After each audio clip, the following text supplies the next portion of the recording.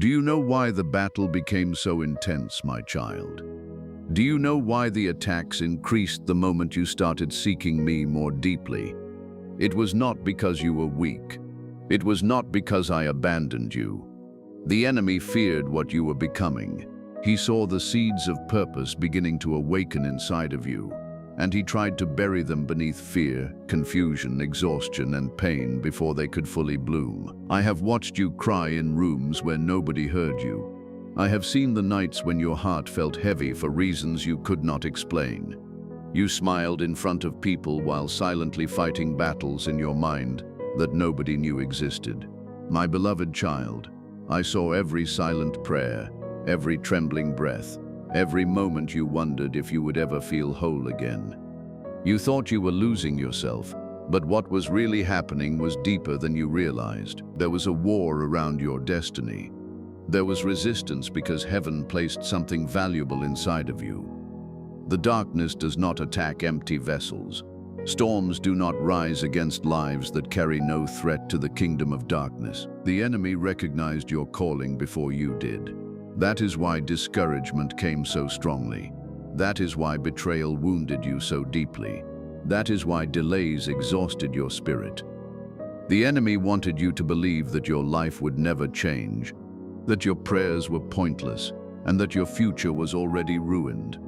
But the lies whispered against you were never spoken by me, because my voice does not lead my children into hopelessness. As it is written, "For God hath not given us the spirit of fear, but of power, and of love, and of a sound mind," in 2 Timothy 1:7. My child, the enemy studied your wounds carefully. He watched the moments when people rejected you. He watched the disappointments that shattered your confidence. He watched the prayers that seemed unanswered, and he tried to build strongholds from your pain. He wanted you trapped inside cycles of insecurity and spiritual exhaustion. He tried to convince you that you were too broken to be used by me. But I have always chosen wounded people and turned them into living testimonies of my glory. I chose David while he was overlooked in the fields. I called Moses while he was hiding in insecurity. I restored Peter after failure broke his confidence. I have never been intimidated by human weakness, because my strength is perfected in weakness, as written in 2 Corinthians 12:9. The enemy feared the day you would finally see yourself the way I see you. He feared your healing. He feared your obedience. He feared your prayers. He feared the moment you would stop agreeing with the lies spoken over your lives. My beloved, some of the heaviness you carried was not merely emotional. Some battles were spiritual. The confusion, the constant weariness, the strange cycles that kept repeating themselves, the attacks against your peace, your focus, your identity, these were attempts to keep you distracted from becoming who I created you to be. For the enemy knows that a child of God who fully trusts me becomes dangerous to darkness. But hear me clearly now.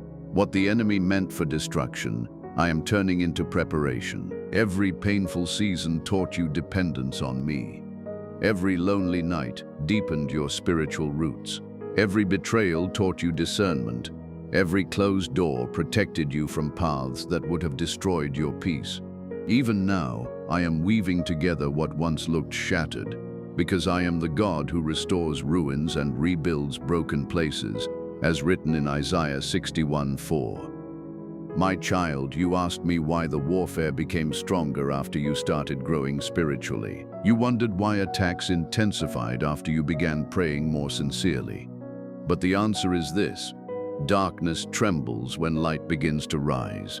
The enemy becomes threatened when my children stop sleeping spiritually and begin walking in authority. You carry more authority than you realize, not because of your own strength, but because my Spirit lives within you. Greater is He that is in you than he that is in the world, as written in 1 John 4:4. The enemy wanted you intimidated because fear weakens faith. Fear clouds vision. Fear silences purpose. But I did not create you to live chained to fear. I created you to stand. Even now, I am teaching your hands to war spiritually and your heart to remain anchored in peace. As written in Psalm 144:1, "Blessed be the Lord my strength, which teacheth my hands to war and my fingers to fight." This battle was never meant to destroy you. It was meant to reveal what was already inside you. There is oil on your life, my child. There is purpose on your life.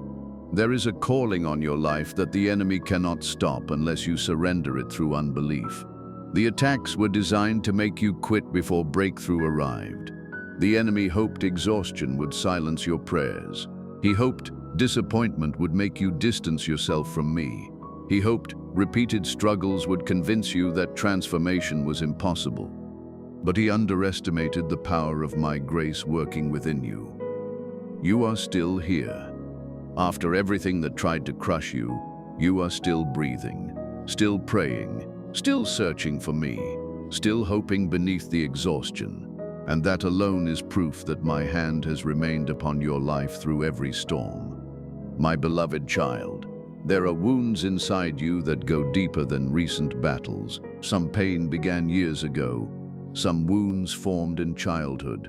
Some were created by words spoken over you repeatedly until you believed them. You were told you were not enough, not worthy enough, not capable enough, not lovable enough. Those lies became chains around your thinking, and the enemy used them to shape how you saw yourself. But those voices never carried my authority, because when I look at you, I do not see failure. I see redemption unfolding. I see a chosen vessel learning to walk through fire without losing faith. I see someone becoming stronger in spirit even while feeling weak emotionally. As it is written in Jeremiah 29:11, "For I know the plans I have for you, plans for peace and not for evil, to give you a future and a hope." The enemy feared you would eventually believe that verse. He feared you would stop seeing yourself as abandoned and start seeing yourself as chosen. He feared the moment you would realize that your scars did not disqualify you. They prepared you to carry compassion, wisdom, and spiritual authority. My child, stop measuring your future by your current battle. Storms distort vision. Fear magnifies obstacles. But faith allows you to see beyond the darkness into what I am building. Even now, beneath the surface, roots are growing, strength is forming, wisdom is increasing. You are not stuck, you are being transformed. A tree develops its deepest roots during storms, and so are you. The enemy wanted immediate destruction, but instead you became more dependent on me. He wanted bitterness to grow inside you, but I kept calling you toward forgiveness. He wanted isolation to consume you, but I continued whispering my presence into your lonely places. Every attack became another opportunity for my sustaining grace to carry you. That is why you survived seasons that should have broken you. Not because you were strong alone, but because I upheld you. As written in Isaiah 41 verse 10, "Fear thou not, for I am with thee, I will strengthen thee. Yea, I will help thee. Yea, I will uphold thee with the right hand of my righteousness." My beloved, the turning point begins when you stop interpreting warfare as proof of abandonment and start recognizing it as evidence that your life carries purpose. The enemy does not waste energy attacking what already belongs to darkness. Resistance increased because heaven's light within you became brighter. You were never forgotten. You were being prepared. There are gifts inside you that have not fully awakened yet. There is wisdom I am still developing. There are people your story will heal one day. There are prayers you will pray that will break chains for others. There is peace I am building inside you that storms will no longer be able to steal. But first, you must stop agreeing with the enemy's narrative about your life. You must stop calling yourself defeated when I call you chosen. You must stop calling yourself abandoned when I call you beloved. You must stop calling yourself weak when my spirit is alive within you. The battlefield of your life has always centered around identity, because if the enemy can distort how you see yourself, he can weaken how you walk. But when my children understand who they are in me, darkness begins losing its influence. As written in Romans 8:37, "Nay, In all these things we are more than conquerors through him that loved us. So rise again, my child. Rise even if your voice shakes. Pray even when emotions feel numb. Trust me even before circumstances change. Worship me while the battle still rages. This is how victory begins. Not when fear disappears completely, but when faith chooses to stand despite fear. Spend time with me again without rushing. Sit quietly in my presence. Let my word wash over the lies that exhausted your soul. Speak life over yourself instead of repeating defeat. Protect your spirit from voices that constantly drain your peace. Stop feeding fear through endless worry. The more you focus on darkness, the heavier your heart becomes.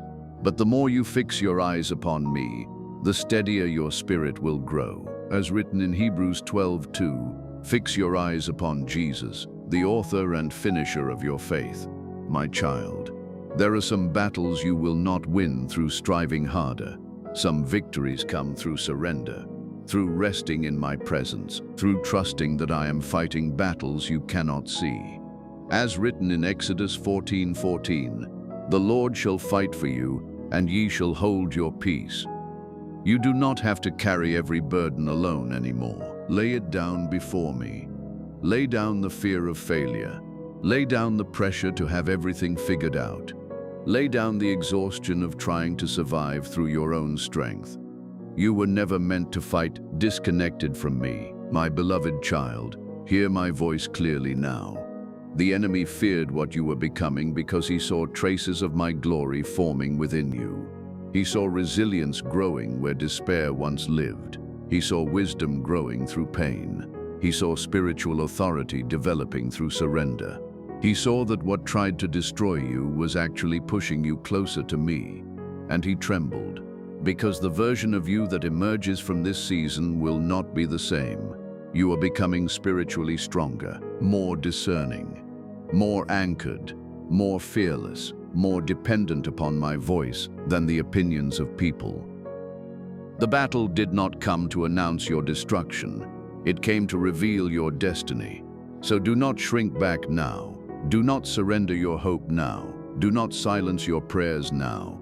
I am still with you in this storm, and I will lead you through it. As written in Psalm 46:1, God is our refuge and strength, a very present help in trouble. And when this season passes, you will look back and realize that what felt like the enemy's greatest attack became the very place where your spirit learned to stand unshaken. You are not losing the battle, my child. You are becoming who I created you to be.